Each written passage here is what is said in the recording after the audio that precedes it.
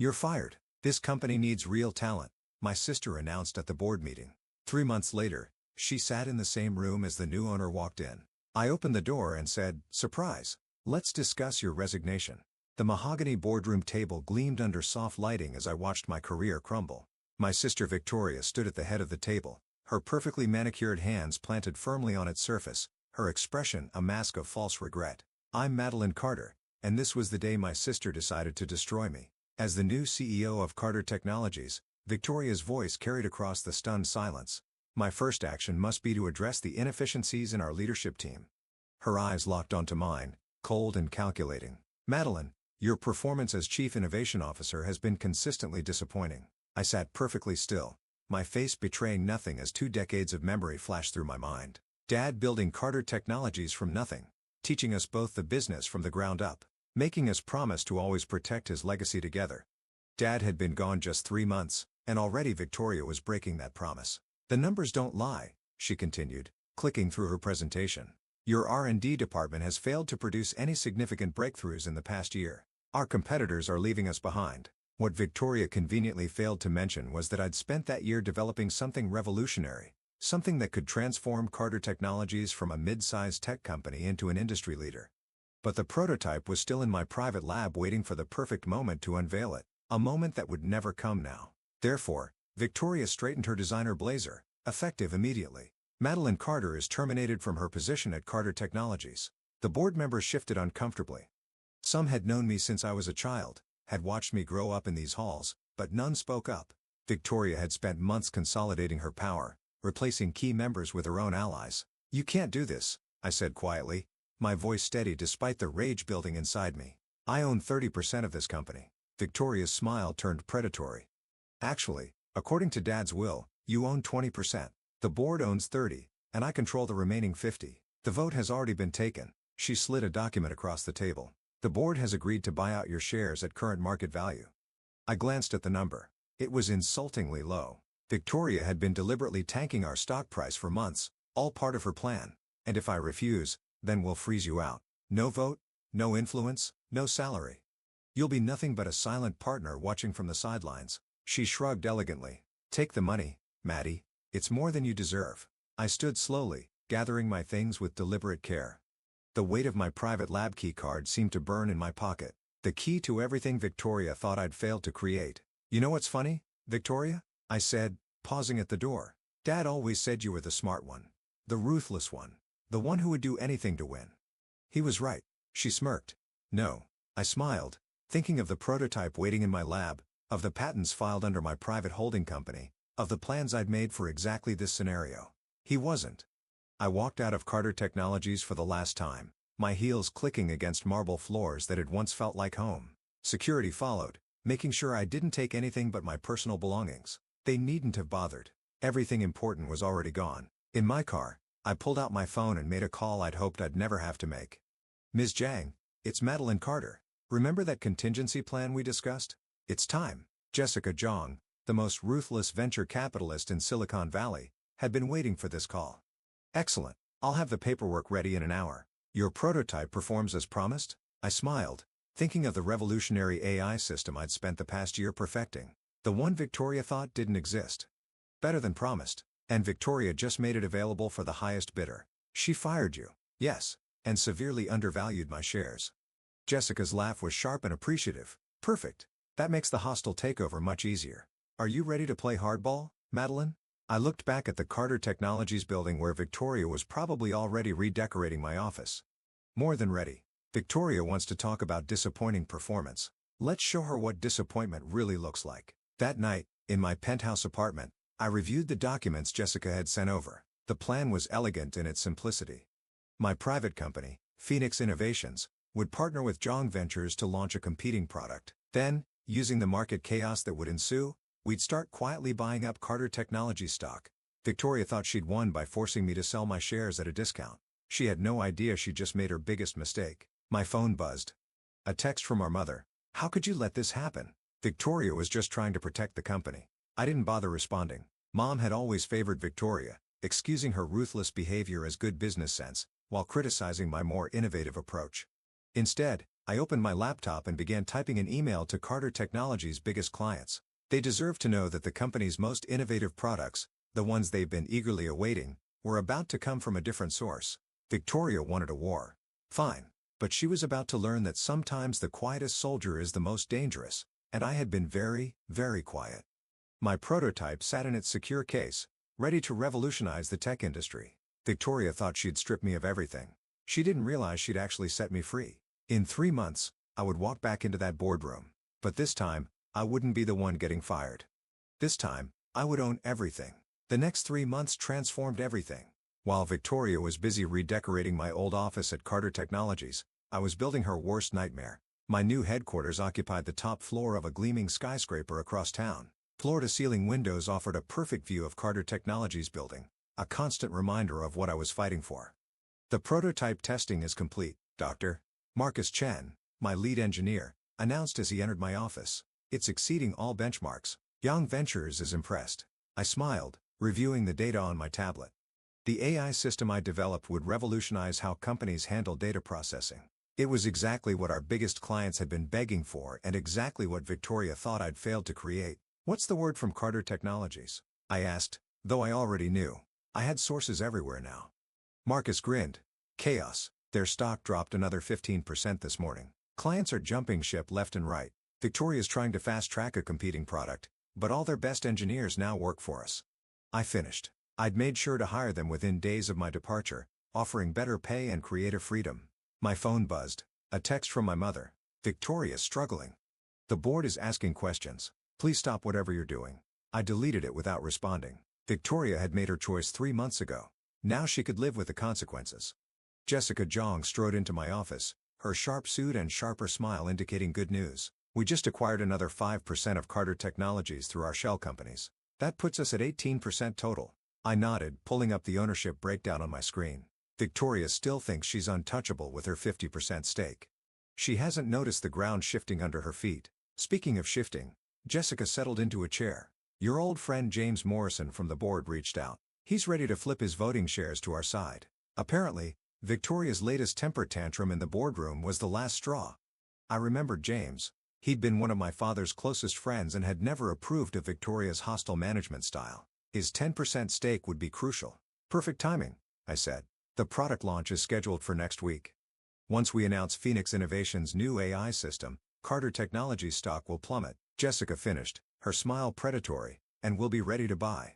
The product launch was everything we planned for. I stood on stage at the tech industry's biggest conference presenting the AI system that would change everything. In the audience, I spotted several Carter Technologies board members, their expressions growing increasingly panicked as they realized what they'd lost. Victoria sat in the front row, her face a mask of fury as she watched me unveil the innovation she claimed I couldn't create. When I announced that Phoenix Innovations had already signed contracts with 3 of Carter Technologies' biggest clients, she stormed out. The next morning, Carter Technologies' stock dropped 40%. Your sister's online won, my assistant announced later that day. She sounds upset. I let it ring through to voicemail. Victoria had never bothered to listen to me. Now it was my turn not to listen to her. Her message was exactly what I expected. Threats, accusations, demands to know how I'd stolen her clients. She still didn't understand that she drew them away herself with her focus on short-term profits over innovation. The hostile takeover proceeded exactly as planned. As Carter Technologies' stock price fell, our shell companies kept buying. Board members, seeing the writing on the wall, began selling their shares conveniently to buyers we controlled. Victoria fought back, of course.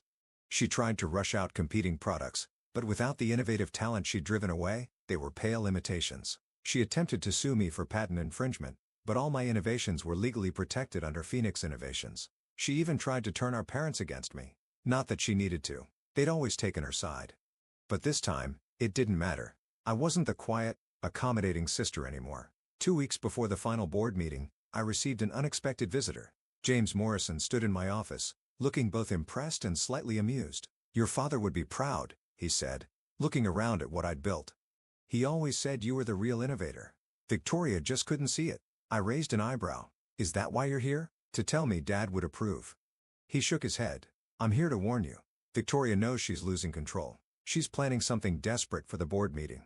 Let her try, I said calmly. Everything's already in motion. James studied me for a moment. You know, she always thought you were the weak one, the quiet one who would never fight back. I smiled, thinking of all the quiet moments I'd spent planning this very outcome. That was her first mistake. The night before the board meeting, I stood in my office looking across at the Carter Technologies building. Tomorrow, everything would change. My phone buzzed with a final text from Victoria. "Whatever you're planning, it won't work. This is my company." I didn't bother responding. Instead, I opened my laptop and reviewed the final numbers one last time. Through our various shell companies and allied board members, we now controlled 49% of Carter Technologies. Victoria still thought her 50% stake made her invincible. She didn't know about the final piece of the puzzle, the 2% of shares Dad had left in a trust with very specific instructions about how they could be voted, instructions that would be revealed tomorrow. As I gathered my things to leave, I caught my reflection in the window. I looked different now. Stronger, sharper, more like the CEO I'd become. Victoria had tried to erase me from our father's legacy. Instead, she'd given me the push I needed to build my own. Tomorrow, I would walk into that boardroom not as the sister she betrayed, but as the woman who now controlled her fate. And this time, there would be no false regret, no fake sympathy, just pure, cold corporate justice. The morning of the board meeting, I arrived early at Carter Technologies. The security guards, who still remembered me from my childhood days running through these halls, nodded respectfully as I passed. They'd seen enough corporate drama to know which way the wind was blowing. The boardroom looked exactly as it had 3 months ago, down to the gleaming mahogany table where Victoria had tried to destroy my career. But today, different papers waited at each seat, documents that would change everything. Victoria burst in at 8:55 a.m., her usual confidence slightly frayed around the edges. She faltered for just a moment when she saw me sitting calmly at the table. "You're not supposed to be here," she snapped. "This is a closed board meeting." Actually, James Morrison spoke up from his seat. "Miss Carter was officially invited. As the CEO of Phoenix Innovations, she has some rather important business to discuss." Victoria's eyes narrowed as she took in the room. Several of her most reliable board allies were conspicuously absent, replaced by faces she didn't recognize, representatives from our shell companies. "What's going on?" she demanded, her voice rising. "Where's Theodore and Patricia?" "They sold their shares," I said softly, "along with most of your other allies." "Check your phone, Victoria." "The SEC filings went public this morning." She grabbed her phone, her face paling as she scrolled through the notifications. This is impossible. I control 50% isn't enough when the rest of the board votes as a block." Jessica Jong stood in the doorway, her presence making Victoria step back involuntarily. "And your leadership has been, shall we say, less than inspiring lately?" Victoria spun to face me, realization dawning. You've been buying up shares through shell companies. That's why the stock price kept falling. You were manipulating the market." "No." I corrected her. "The stock price fell because you drove away our best talent, alienated our biggest clients, and failed to innovate.